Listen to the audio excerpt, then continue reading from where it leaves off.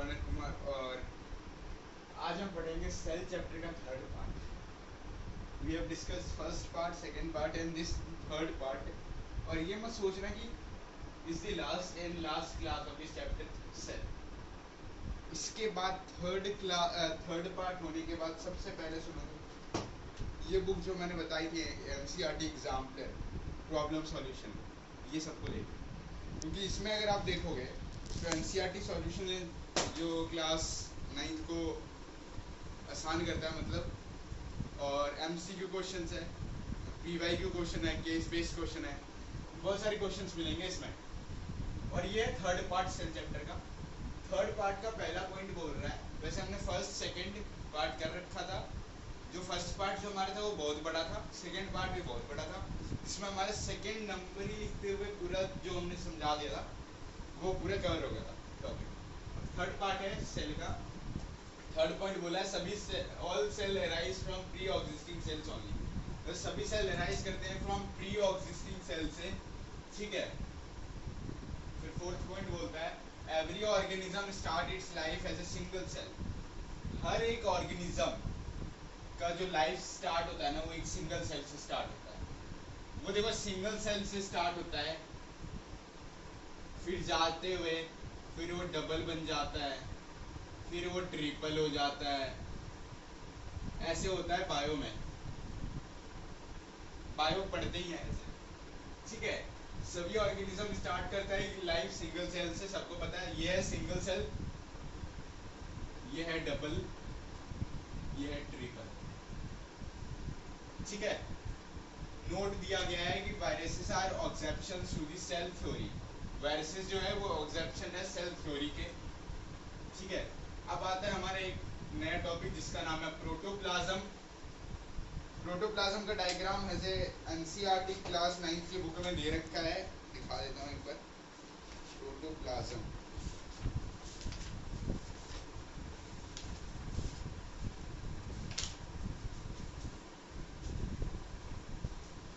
Protoplasm का diagram जो तुम्हारा है ना वो दे रखा है, सब बुक में तो दे रखा है, वहीं से बना लेना या गूगल इमेज पे जाना और वहाँ से कॉपी कर लेना और बना लेना, ठीक है। देखना पड़ेगा क्योंकि सीआरटी वाले भी है ना, नहीं दे रखा तुम्हारा, तो प्रोटोप्लाज्म का नहीं दे रखा। तो जो प्रोटोप्लाज्म का डायग्राम है वो मैं प्रोवाइड कर दूंगा आपको डिस्क्रिप्शन पे लिंक, वहाँ से जाकर पीडीएफ डाउनलोड कर लेना, ठीक है। प्रोटोप्लाज्म ये कंटेंट्स करवाता है फ्रॉम प्री एग्जिस्टिंग सेल से सिर्फ, लेकिन ये डिवाइड होता है साइटोप्लाज्म में और न्यूक्लियस में। अब क्या है, साइटोप्लाज्म और न्यूक्लियस में डिवाइड होता है प्रोटोप्लाज्म। पक्का पूछेगा प्रोटोप्लाज्म में divided into how many parts, जब पूछेगा। Protoplasm is divided into how many parts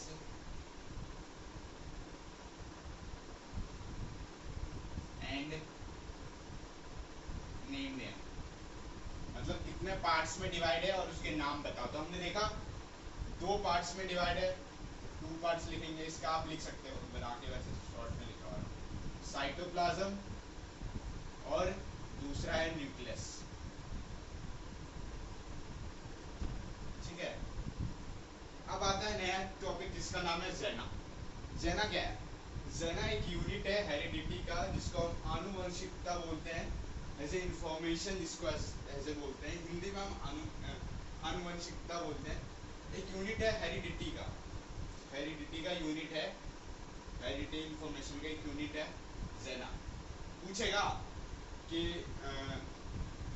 heredity unit का, हेरिडिटी यूनिट ऑफ इंफॉर्मेशन क्या है, मतलब हेरिडिटी इंफॉर्मेशन क्या है इसमें, तो क्या यूनिट क्या है इंफॉर्मेशन का, तो हेरिडिटी लिखेंगे। जेना में, जेना में पूछ सकता है वो कि जेना में क्या है, तो हेरिडिटी लिखेंगे। 1 मार्क का क्वेश्चन आएगा, ज़्यादा कुछ नहीं। अगर एक्सप्लेन करने में आएगा तो ये 4 पॉइंट आपको लिख देना। अगर आपको यही प्रोटोप्लाज्म का आएगा ये 2 पॉइंट्स लिख देने।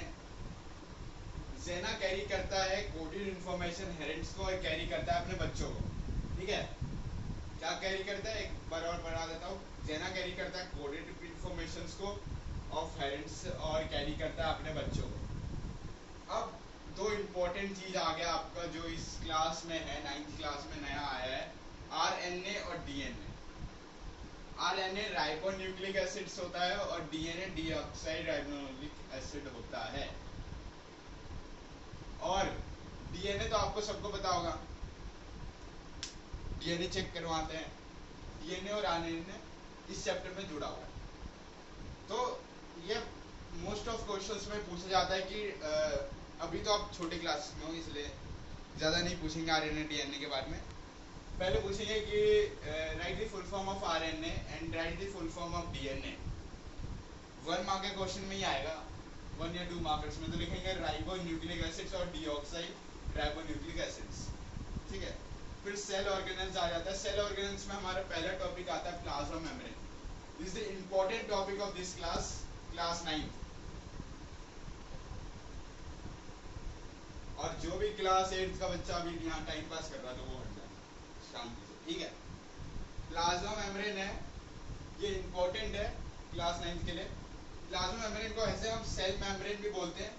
आप ऐसे लिख सकते हो कि जैसे कई बार होता है कि अगर आपका लैब मैनुअल होगा या वगैरह वगैरह बुक होगा तो उसमें दे सकता है कि प्लाज्मा मेम्ब्रेन को हम क्या कहते हैं, तो हम क्या कहते हैं, सेल मेम्ब्रेन भी कहते हैं प्लाज्मा मेम्ब्रेन को। और ये लिविंग होता है, थिन होता है, डेलिकेट होता है। डेलिकेट का मतलब नाजुक होता है ये थोड़ा। इट्स अ लिविंग, मतलब ऐसा नहीं कि मरा हुआ, ये जिंदा होता है और ये डेलिकेट होता है, इलास्टिक होता है और सेलेक्टिवली परमेबल मेम्ब्रेन होता है। सेलेक्टिवली परमेबल मेम्ब्रेन का मतलब सेलेक्ट चुना हुआ, और परमेबल का मतलब अलाउ करना, टू अलाउ समथिंग। आपने अगर इंग्लिश में पढ़ा होगा तो अलाउ करना परमेबल का आएगा वोकैब्स में। तो वही बोला है कि it is a living thin delicate नाजुक, जिसको हम डेलिकेट को हिंदी में नाजुक बोलते हैं, elastic and selectively permeable membrane. तो ये था आपका सेल का थर्ड पार्ट। और ये मत सोचना है कि अभी तक ये चैप्टर खत्म यहीं पे नहीं, अभी आपका 4th पार्ट बचा है, 5th पार्ट बचा है, अभी बहुत सारा भी करवाना बाकी है, ठीक है। उसके बाद तो और PYQ क्वेश्चन बाकी है, और इसके तो आपको पता ही है बाकी है। तो आज की क्लास नहीं ओवर होती है, थैंक यू, कल की क्लास में